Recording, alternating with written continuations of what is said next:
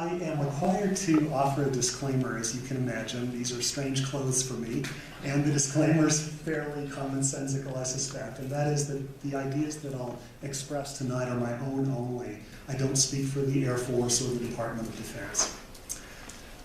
Well,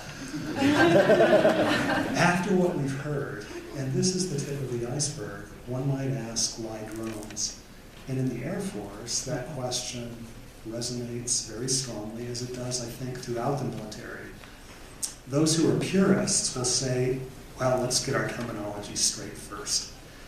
And drones, for reasons that you'll probably understand soon, if you don't already, is not a term that most people like. They like more precision. So you hear in military circles a couple of acronyms. One is UAVs, Unmanned Aerial Vehicles, and the other one is RPA, Remotely Piloted Aircraft. And the latter is preferred in part because our legislators and others rightly worry about aircraft that are off doing things on their own, which may be a disturbing feature of our future, but it tends not to exist now.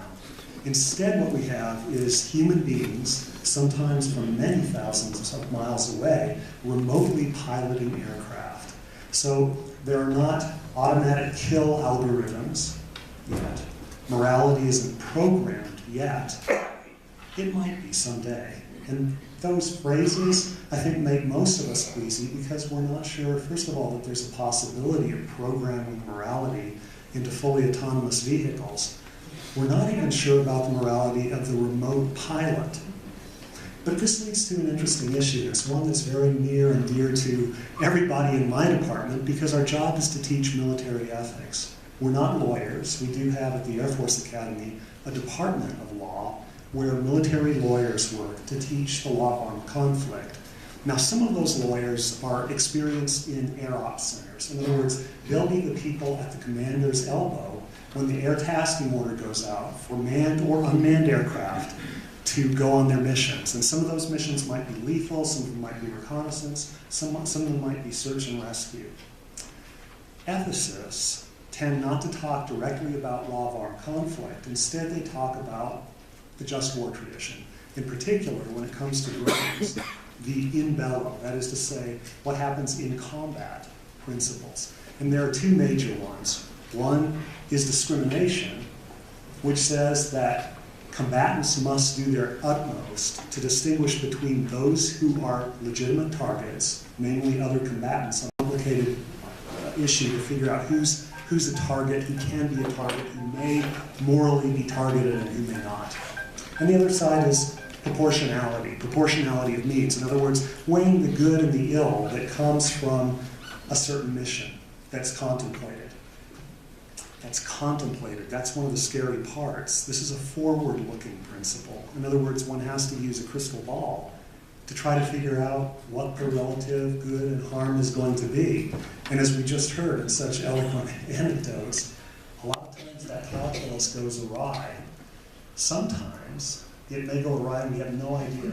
We may never find out in some of the more remote areas. Other times there may be false reports. In any case, we know that a lot of mistakes are made, that combatants die, but so do non-combatants.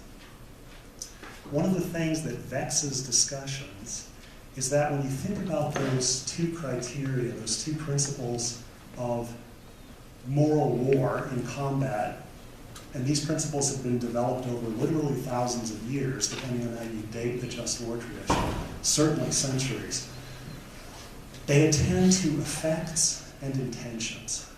They don't attend to means.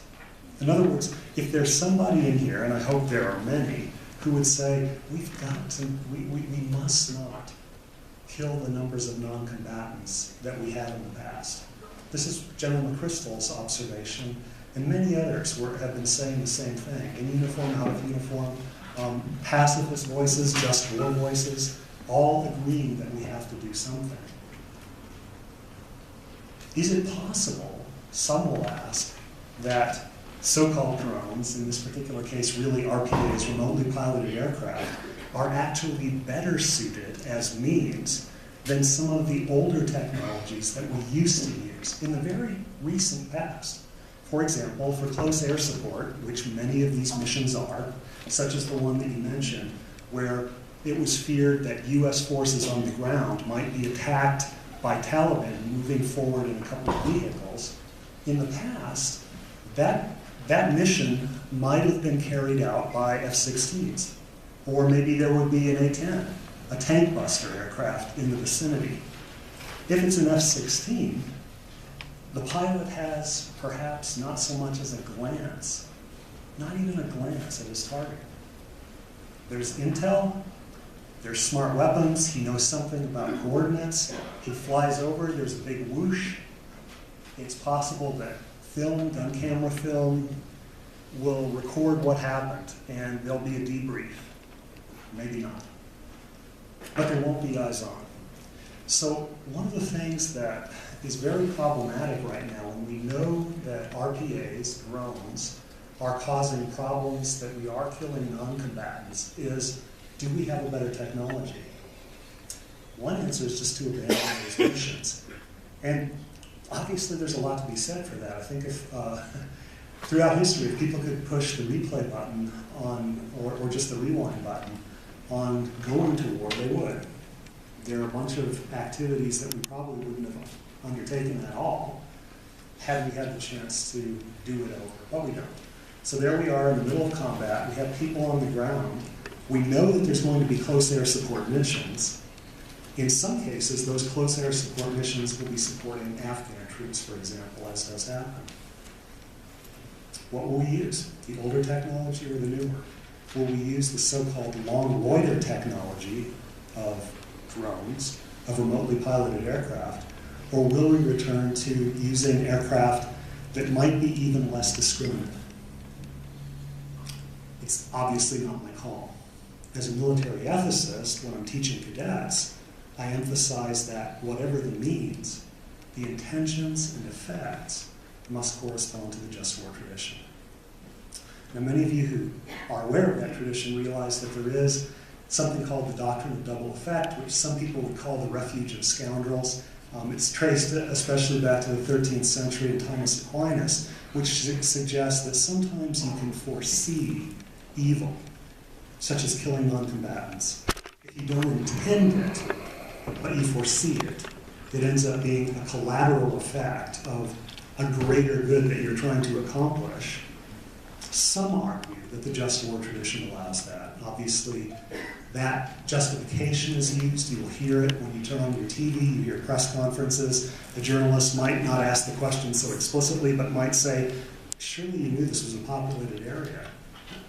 How could you undertake a mission that in fact killed non-combatants? And the answer, again, if you read it a little bit between the lines, kind of distill it, will be something like, yeah, we knew that would probably happen, but we had a target that was so important that we had to undertake it anyway. That is on the fringe for many just war thinkers. I know any number of uniformed folks who, whether they're teachers of ethics at the academy or not, who are uncomfortable, who are haunted by those kinds of events, especially if they've been involved in them directly, but also if they haven't.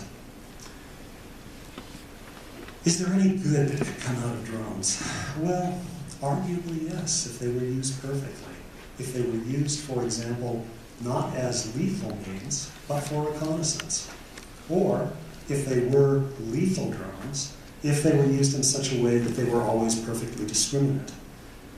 When I was in Afghanistan, down south, in Kabul actually, at the time I was there, there was a tragedy that took place up north in Mazar-e-Sharif. It was an area where the Germans had control. And a German colonel happened to find out that a tanker truck had stalled, and he believed that a number of Taliban were going to take that truck, and he feared that it would be used as a kind of explosive on wheels that could kill a lot of his troops and a lot of Afghan allies. So he called in an airstrike. It was not an airstrike that employed drones. It was an airstrike with traditional aircraft.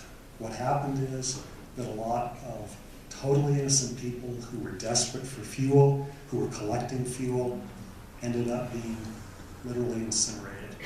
And there was speculation, as I was in another part of the country, that had there been a drone available, that might not have happened. It's an odd inversion, one that makes all of us, I think, uncomfortable. But we're talking about the means, and we know that tools can be used for good or evil.